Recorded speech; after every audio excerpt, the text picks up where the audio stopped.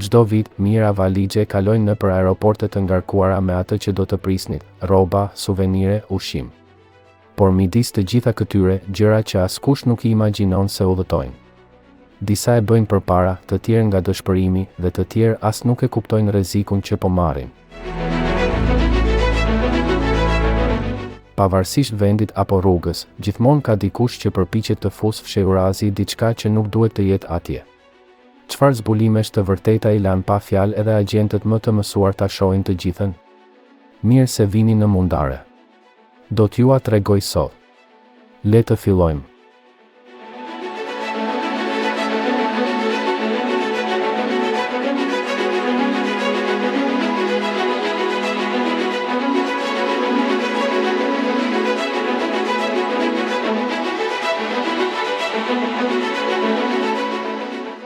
Barku i rem i Bogotës në aeroportin e Bogotës, një grua e re nxitoi drejt portës së nisjes. Ishte vetëm, e veshur me rroba të gjera, barku i saj i dilte nën bluzë. Askush nuk e ndaloi në fillim. Duket sikur ishte thjesht një pasagjere tjetër. Shtatzën, e qetë, me dokumentet në rregull. Por diçka në sjelljen e saj tërhoqi vëmendjen e oficerëve. Ishte jashtëzakonisht nervoze. Prekte barkun çdo disa sekonda dhe vazhdonte të shikonte përreth. Një nga oficerët kërkoi ta kontrollonte. Në fillim, ajo refuzoi. Tha se ishte 7 muajshe shtatzën dhe nuk mund ta ekspozonte veten ndaj shqetësimeve. Këmbënguli se gjendja e saj e vinte në rrezik dhe se nuk donte ta humbiste fluturimin. Oficerët, me përvojë në rastet e kontrabandës, nuk lëvizën. Ata i kërkuan të kalonte nëpër skanerin e trupit. Atje filloi gjithçka. Ajo që pan në ekran nuk ishte një fetus. Nuk kishte formë, as strukturë kockore, as shenja jetësore. Ajo që dukej ishte një masë e fortë, e rrumbullakët, perfekte simetrike, pa lëvizje ose përgjigje. Nuk ishte bark. Ishte një pako. Asaj i urdhërua të shkonte në një dhomë të veçantë. Atje, një oficere femër i kërkoi të ngrinte bluzën. Ajo që kishte veshur nuk ishte lëkur apo ind ishte silikon. Poshtë tij, ajo fshehu 2 bloqe të mbështjella me shirit ngjitës, të ngjitura në barkun e saj me ngjitës mjekësor. Nuk kishte foshnjë. Kishte drogë. Gruaja u detyrua të hiqte protezën e saj. Ajo që ra në tavolinë ishte një bark lateksi i bërë me porosi, me një përfundim të projektuar për të simuluar një shtatzëni të avancuar. Brenda ishin 2 pako të mbyllura me vakum që peshonin 1 kilogram secila, që përmbanin një substancë të bardhë të kompresuar. E ndaluara ishte 28 vjeçe dhe kishte një pasaport kanadeze. Ajo kishte ardhur nga Medellin dhe pretendonte se po vizitonte Kolumbinë. Ajo nuk kishte precedent penal, as shoqërues dhe as të dhëna të dyshimta. Nervozizmi i saj ishte ai që e zbuloi. Ajo e kishte planifikuar planin e vetme, sipas deklaratës së saj. Një kontakt i dha protezën, tashmë të montuar, dhe i tha se gjithçka do të ishte mirë. Ajo thjesht duhej të ecte dhe të falsifikonte shtatzënin. Procedura ishte e thjeshtë. Ata i ofruan bashkëpunim në këmbim të informacionit, por ajo nuk zbuloi asnjë emër apo detaj. Ajo pretendoi se i duheshin para për të ndihmuar familjen e saj. Ajo tha se nuk ishte kriminale, thjesht ishte e dëshpëruar. Por pakot i tregonin të kundërtën. Ato ishin të pastërtisë së lartë dhe destinacioni i tyre përfundimtar ishte Toronto.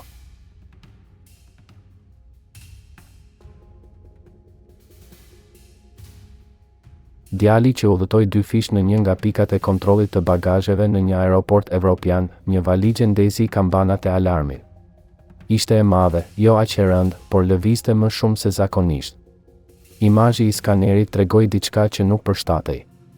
Nuk ishte një pajisje, as një kafshë. Ajo që ishte aty kishte formën e një trupi njeriu. Kur agjentët e hapën, ajo që gjetën ishte thjesht absurde. Brenda ishte një fëmijë. 8 vjeç, i strukur midis rrobave të përdorura, peshirëve dhe lodrave të vjetra. Ai po djersiste, i çorientuar, por i heshtur. Këmbët i kishte të tërhequra drejt gjoksit, shpina e tij e shtypur në një bazë të fortë dhe koka e tij e futur në një cep të rreshtimit. Ai nuk tha asgjë. Ai vetëm I shikoi rojet, I pasigurt se çfarë po ndodhte. Valigjja I përkiste një gruaje 19 vjeçare marokene. Ajo ishte përpjekur ta kalonte atë përmes sigurisë sikur të mbante libra ose këpucë. Në fillim, ajo mohoi se e njihte. Pak minuta më vonë, ajo rrëfeu se ai ishte djali I saj. Ajo e futi atë kontraband në Spanjë pa pasaport, pa bilet dhe pa ngritur dyshime. Operatorët që pan skanimin menduan se ishte një gabim sistemi, por nuk ishte. Kontura e trupit ishte qartë e dukshme, gjymtyrët e futura brenda, kafka e anuar drejt gjoksit. Fëmia kishte mbetur I bllokuar në atë pozicion për të paktën gjysmë ore. Nuk kishte vrima ventilimi. Ai nuk mund të lëvizte. Kur e nxorën, këmbët I dridheshin. Gruaja u arrestua në vend. Fëmia I u dorëzua shërbimeve sociale. Ai ishte I dehidratuar, por në gjendje të qëndrueshme. Ekzaminimet mjekësore nuk treguan lëndime të brendshme, megjithse ai tregonte shenja stresi. Rasti ishte aq grotesk saqë gjeneroi një skandal të menjëhershëm. Media e mbuloi atë si një përzierje trafikimi, neglizhence dhe dëshpërimi. Autoritetet filluan të hetonin se nga vinin fëmijët dhe ku po shkonin. Ata dyshuan se gruaja e re po vepronte si pjesë e një rrjeti trafikimi fëmijësh. Por ata nuk gjetën prova konkrete. Sipas versionit të saj, ajo e bëri vetëm. Ajo tha se nuk mund të përballonte dokumentet e fëmijës, biletën ose dokumentet. E vetmja rrugdalje, tha ajo, ishte ta paketonte atë. Valigjja ishte e rregullt, me rrota. Nuk kishte fund të rem apo hapësirë të adaptuar. Djali hyri me forcë brenda, në pozicionin e fetusit. Rreziku ishte I dukshëm. Nëse fluturimi do të ishte nisur pa u vënë re, rezultati do të kishte qenë ndryshe. Ajo po rrezikonte gjithçka. Djali mezi fliste. Ai tha vetëm se nëna e tij I kishte kërkuar të heshte dhe të priste pak. Mendonte se ishin në një udhëtim. Nuk e kuptonte pse po e nxirrnin jashtë në mes të policisë me sirena dhe drita. Nuk e dinte se çfarë do të thoshte e gjithë kjo. Në mendjen e tij, ai thjesht po fshihej për t'i habitur.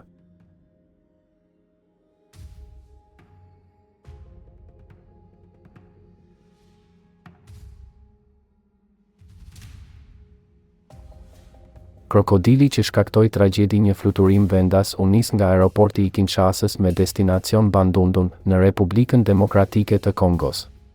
Ishte një avion I vogël, një Letl 410 me 20 persona në bord, përfshirë ekuipazhin. Nisja ishte normale. Rruga ishte e shkurtër. Moti ishte pa ngjarje. Gjithçka ishte në rregull, derisa filloi kaosi me një çantë që nuk duhej të ishte aty. Një nga pasagjerët kishte arritur të sillte një send të padeklaruar. Në shikim të parë, ishte bagazh dore. Askush nuk e kontrolloi përmbajtjen e saj. Ai e vendosi atë në ndarjen e sipërme, pranë vendeve të fundit. Në gjysmë të fluturimit, çanta ra në dy sheme. Zinxhiri u plas. Nga brenda, një zvaranik doli me forcë të mjaftueshme për t'u zvarritur drejt e në korridor. Ishte mbi 1 metër I gjatë dhe nuk lëvizte. Po tunte bishtin, po hapte gojen dhe po shtynte fort. Nuk ishte një foshnjë. Ishte një krokodil I rritur, I gjallë dhe në panik. Lëvizte në përdysheme midis valigjeve dhe këmbëve. Terrori ishte I menjëhershëm. Pasagjerët nxituan përpara. Disa bërtitën, të tjerë u ngjitën në sedilje. Askush nuk I dëgjoi udhëzimet. Ekuipazhi humbi kontrollin mbi pasagjerët. Pesha e pasagjerëve u përmbys në kabinë. Rishpërndarja e papritur destabilizoi aeroplanin. Ekuilibri I tij u prish brenda sekondave. Piloti u përpoq ta rrafshonte, por ishte tepër vonë. Aeroplani u zhyt. Rënia ishte e menjëhershme, pa rrotullime ose zjarr. U rrëzua disa kilometra larg destinacionit të tij. 19 vetë vdiqën. Vetëm një mbijetoi. E vetmja dëshmitare ishte një asistente fluturimi. Ajo kishte lëndime të lehta dhe një kujtesë të qartë të asaj që ndodhi. Ajo tha se krokodili doli nga çanta, se të gjithë vrapuan dhe se kjo shkaktoi rrëzimin. Ajo nuk përmendi shpërthime, defekte mekanike ose sabotim. Vetëm një kafshë të lirë dhe panikun që shkaktoi. Avioni, duke qenë I vogël, nuk kishte korridore të gjera ose ndarje të brendshme. Ndryshimi në mas ndryshoi qendrën e gravitetit. Kutia e zezë e konfirmoi këtë. U dëgjuan shpërthime, britma dhe kaos. Nuk kishte alarm teknik. Nuk kishte zjarr ose qark të shkurtër. Vetëm një sekuencë paniku të pakontrolluar. Krokodili u gjeti gjallë midis rënojave. Një shpëtimtar e ekzekutoi atë me një hanxhar për ta parandaluar sulmin e tij. Nuk u krye asnjë analizë veterinare. Pronari i çantës nuk u identifikua. Dijej vetëm se ishte një burr që hipi në Kinshasa, pagoi me para në dorë dhe nuk kontrolloi bagazhe shtesë.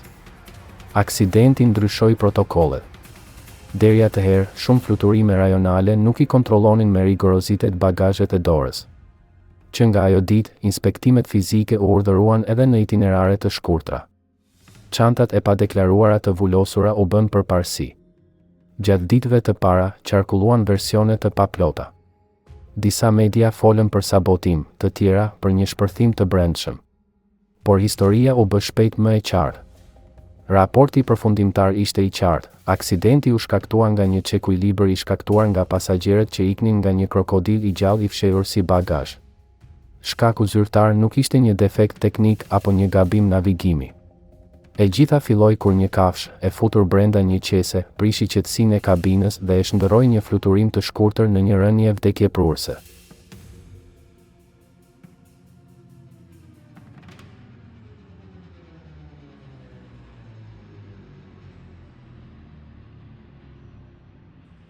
Macja infiltroi valigjen në aeroportin JFK të New Yorkut, një valigje e zezë prej Kanavacë lëvizi pa u vënë re poshtë karuselit të bagazheve.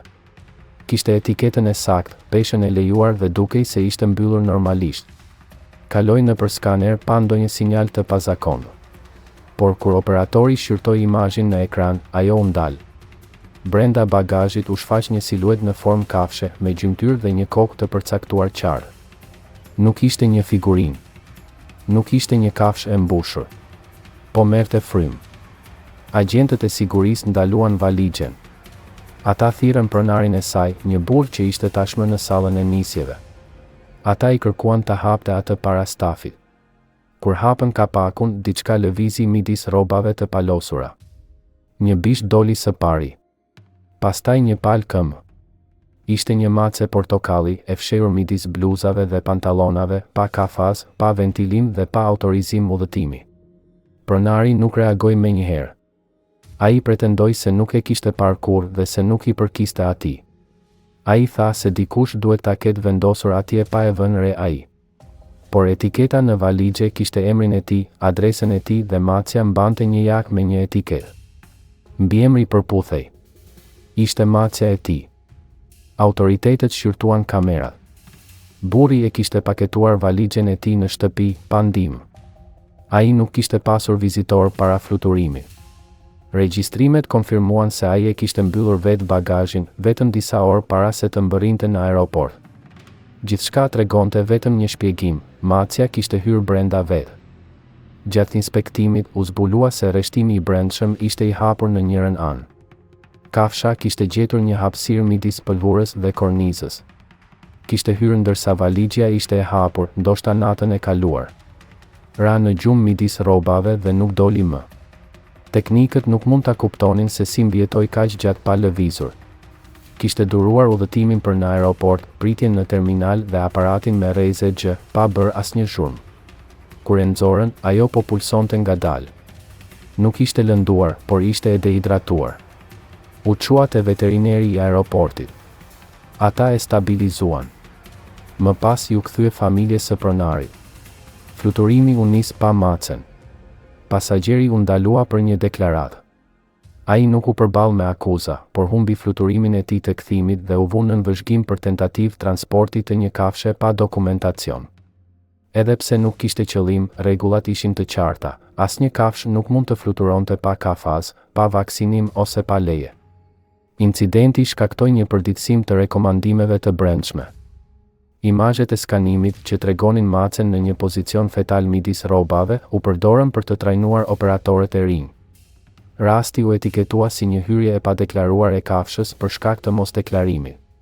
Disa linja ajrore filluan të përfshin paralajmërime në lidhje me kontrollin e bagazheve para izolimit. Sipas raportit pasues, macja u kthye në shtëpi e padëmtuar. Që atëherë, pasagjerët kanë kontrolluar çdo bagazh para se ta mbyllin atë.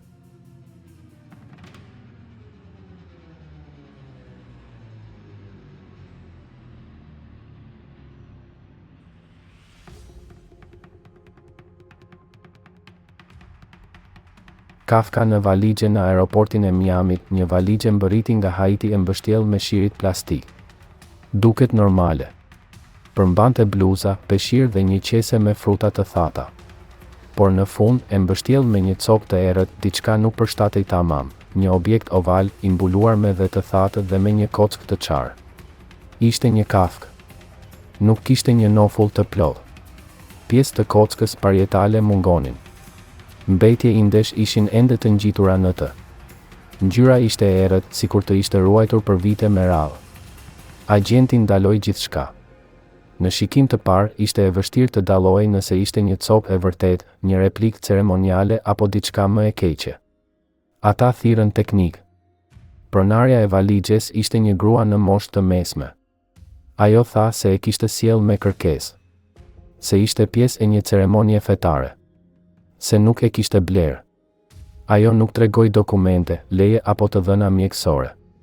Ajo thjesht vazhdoi të thoshte se ishte pjesë e një tradite. Kafka u çua në laboratorin e aeroportit. Një ekzaminues mjekoligjor e ekzaminoi. Ai konfirmoi se ishte njeri.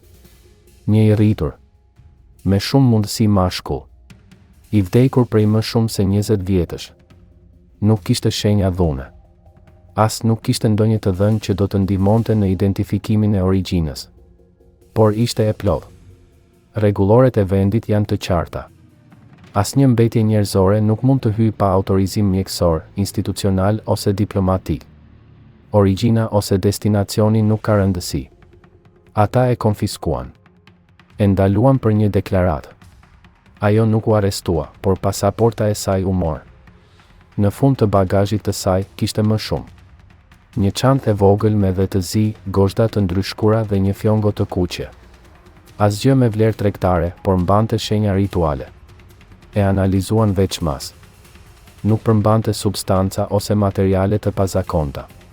Por nuk ishte aty rastësisht. Duket se ishte pjesë e të njëjtit grup. Gjatë marrjes në pyetje, ajo nuk e ndryshoi historinë e saj. Ajo tha se nuk ishte trafikim.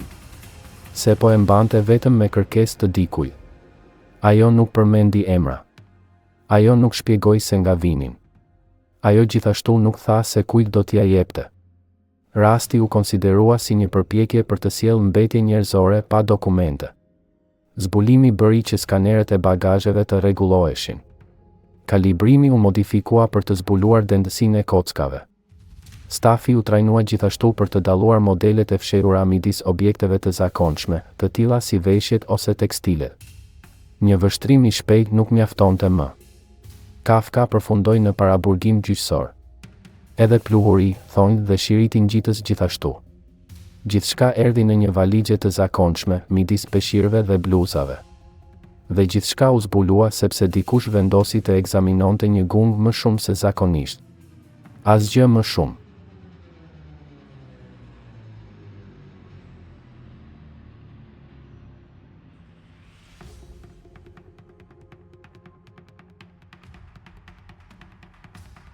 Armë në gjalp kikiriku në aeroportin JFK të New Yorkut, një pasagjer mbërriti në kontroll me një çantë dore dhe një çantë ushimesh. Ai mbante disa kavanoza me gjalp kikiriku, të mbyllura, të pastra dhe me pamje të zakonshme. Asgjë e pazakontë. Ai kaloi në përpikën fillestare të kontrollit të sigurisë pa problem, derisa një nga skaneret tregoi diçka. Një nga enët kishte një formë të ngurtë të ngulitur në qendër. Vula nuk ishte e thyer. Plastika ishte e paprekur. Por dendësia që shfaqej në ekran nuk ishte ajo e një ushimi. Ishte një siluetë e ngurtë, e gjatë dhe tepër simetrike. Ata e izoluan atë për inspektim. Duke veshur doreza, ata hapën kavanozin. Ata hoqën me kujdes shtresën e sipërme. Ajo që dukej ishte e pamundur të shpjegohej, tyta e një arme të futur në mes të kremit. Poshtë, këmbëza. Në fund, karikatori. Çdo copë ishte e ndarë, e mbrojtur dhe e ngulitur me saktësi midis shtresave të produktit. Burri u arrestua menjëherë. Ai pretendoi se nuk dinte asgjë. Se ishte një dhuratë. Se kishte ardhur nga dyqani ashtu. Por videot e sigurisë treguan të kundërtën. Ai e mbushi çantën, i vulosi kavanozët dhe askush tjetër nuk e preku bagazhin. Armën e kishte të plotë. Ishte një model kompakt, gati për t'u montuar. Nuk kishte plumba, por i kishte të gjitha pjesët. Raporti shpjegonte se si e kishin zbrazur një pjesë të përmbajtjes me një shpatull, i kishin futur copat dhe e kishin riveshur gjithçka në shtresa. Pastaj e kishin vulosur me nxehtësi. Në shikim të parë, ishte një kavanoz i zakonshëm. Vetëm skaneri zbuloi trukun. Kishte dokumente ligjore. Fluturimi ishte vendas. Nuk ishte në asnjë listë alarmi. Por kamuflazhimi ishte aq i kujdesshëm saqë çështja shkoi direkt në FBI. Ata dyshuan se nuk ishte hera e parë që dikush e kishte provuar këtë teknikë. Pas zbulimit, protokollet ndryshuan. Çdo ushqim me një strukturë të dendur u shtua në listën e rrezikut. Gjalp, gjel, kremra dhe pasta filluan të hapeshin më shpesh. Operatorët u trajnuan për të zbuluar forma të pazakonta brenda përmbajtjes. Çështja u arkivua me një etiketë të saktë, armë e fshehur në ushqim. Shishja u paketua si provë. Arma u çmontua copë pas cope. Pasagjeri u lirua, por mbeti në mbikëqyrje. Nuk kishte barull. Nuk u bën kërcënime. Por dikush u përpoq të lëvizte një armë duke përdorur kamuflazhin më të butë në treg, gjalp kikiriku.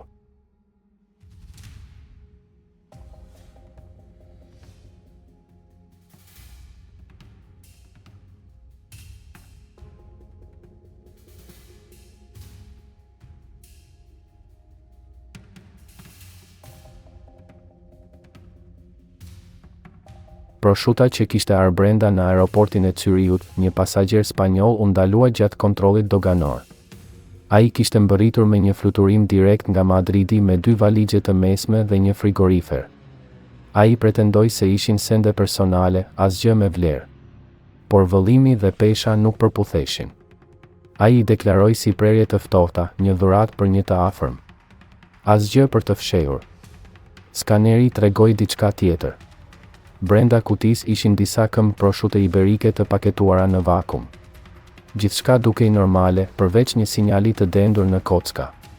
Njëra nga këmbët tregonte një strukturë të brendshme me vija të drejta, pas gavra natyrale. Agjentët vendosën ta hapnin atë në zonën e inspektimit të ushqimit. Copa ishte prerë në qendër. Kocka, me sa duket e tërë, ishte vulosur me rrëshirë. E ndan me sharr dhe ajo që doli nuk ishte as palc dhe as kërc. Ishte ar. Një shufër e hollë dhe e shndritshme, e vendosur në një zgavër të gdhendur brenda femurit. Metali ishte mbështjell me një shtresë silikoni për të parandaluar kontaktin me dhjamin. Forma ishte perfekte. Ata kontrolluan pjesën tjetër. Nga 5 këmbët, 4 kishin të njëjtin model, kockë bosh, shufër brenda, e vulosur me precizion kirurgjikal. Çdo shufër peshonte midis 200 dhe 250 gram. Totali arriti në mbi 1 kilogram ar. Vlera e tij ishte mbi 60.000 euro. Nuk kishte deklaratë doganore.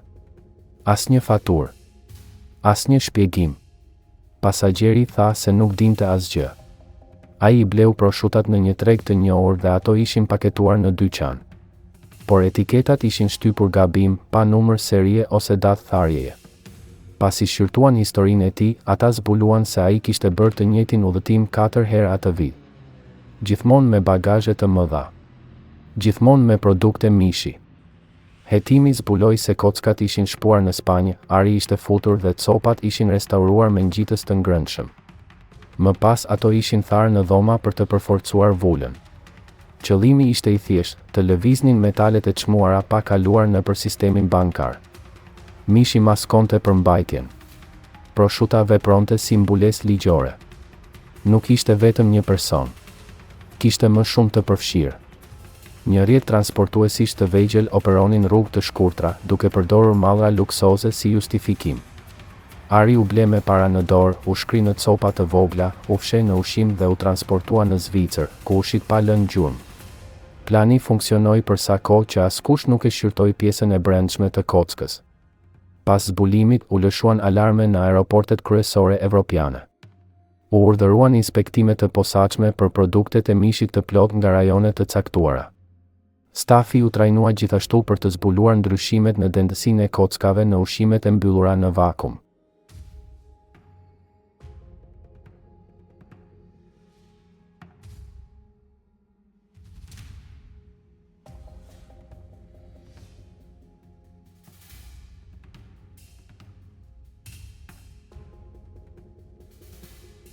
Kukulla që fshihte diamante në aeroportin e Moskës, një pasagjere u ndalua në zonën e hipjes për një ndryshim të thjeshtë sjelljeje. Ajo mbante 2 valixhe të vogla, një çantë shpine dhe një kuti të mbështjellë me dhuratë. Brenda ishte një kukull lecke, e veshur me rozë, me flok sintetik dhe sy qelçi të fiksuar.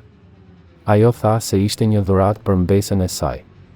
Por pesha nuk përputhej me madhësinë e saj. Duket më e rëndë se normalja. Kur e tundi, nuk bëri zhurmë, por nuk u fundos në dorën e saj. Ishte e fortë, sikur kompakte brenda. Gruaja kishte një pasaport franceze dhe po vinte nga Dubai. Ajo tha se ishte një dhuratë e blerë gjatë tranzitit. Nuk kishte lodra të tjera ose rroba vajzash. Vetëm atë kukull, të paketuar me kujdes. Një agent kërkoi ta kontrollonte. Pasagerja pranoi, por me siklet. Kur pren qepjen e fustanit dhe hoqën rreshtimin, u zbulua një shtresë shkume ngurtë e formuar me saktësi. Brenda asaj shkume ishin disa kapsula metalike, të futura si vertebra artificiale. Kapsulat nuk ishin të rënda, por ishin kompakte. Me hapjen e tyre, u shfaqen gur të lirshëm, të mbështjellë me letër të zezë. Ishin diamante të papërpunuara, të prera, pa certifikata ose faturë. 20 gjithsej. Disa ishin të vegjël, të tjerë me teje të mprehta. Vlera e vlerësuar te i kalonte 400.000. Ato nuk ishin deklaruar. Nuk ishin të siguruara. Ato nuk shfaqeshin në asnjë listë zyrtare mallrash. Kukulla ishte vetëm një mbulesë.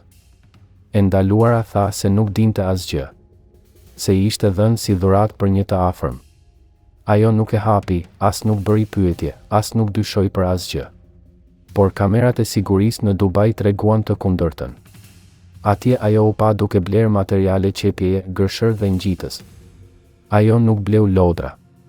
Ajo nuk vizitoi asnjë dyqan lodrash. Ajo hyri në një dyqan tekstili, doli me një kuti dhe shkoi direkt në hotel. Gjatë inspektimit të mëvonshëm, u zbulua se diamantet ishin fshehur me dorë. Çdo kapsul ishte e veshur me silikon. Shkuma ishte formuar për t'i mbajtur ato në vend. Fustani ishte qepur me dorë. Syt ishin ngjitur me ngjitës industrial. Gjithçka ishte mbledhur për t'u dukur si një objekt fëmije, por ishte një enë luksoze.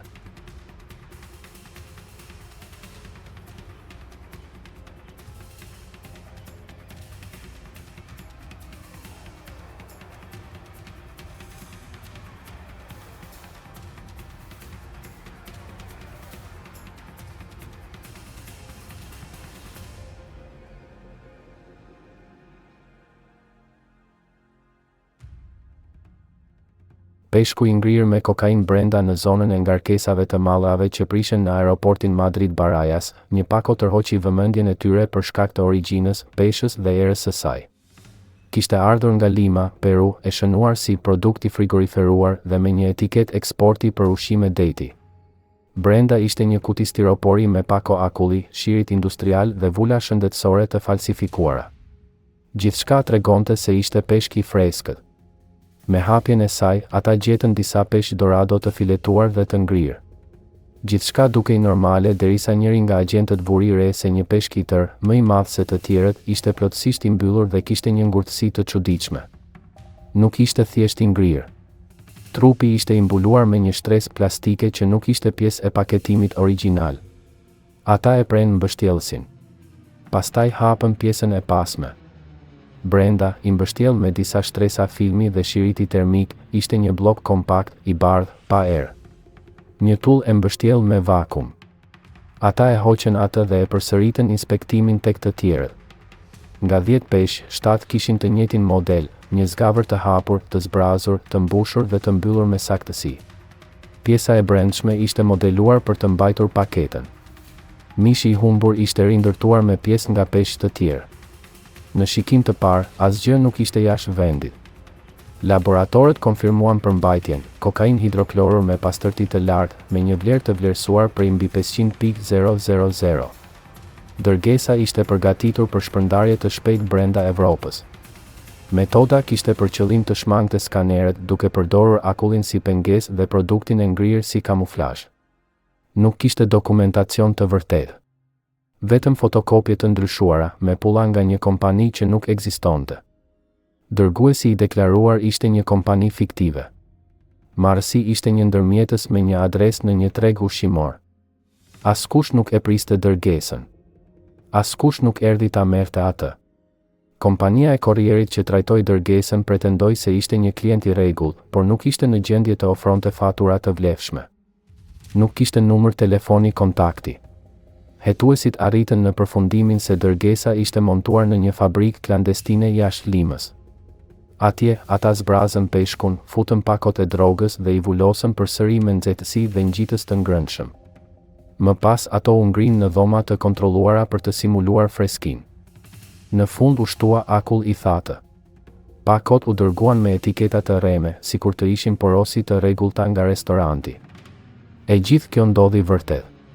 Disa përfunduan në burg, të tjerë u regjistruan për gjithmonë. Dhe megjithse mund të duket e çuditshme, secili prej këtyre rasteve i detyroi aeroportet të ishin më vigjilentë. Sepse gjithmonë ka dikush që përpiqet të sjellë atë që nuk duhet.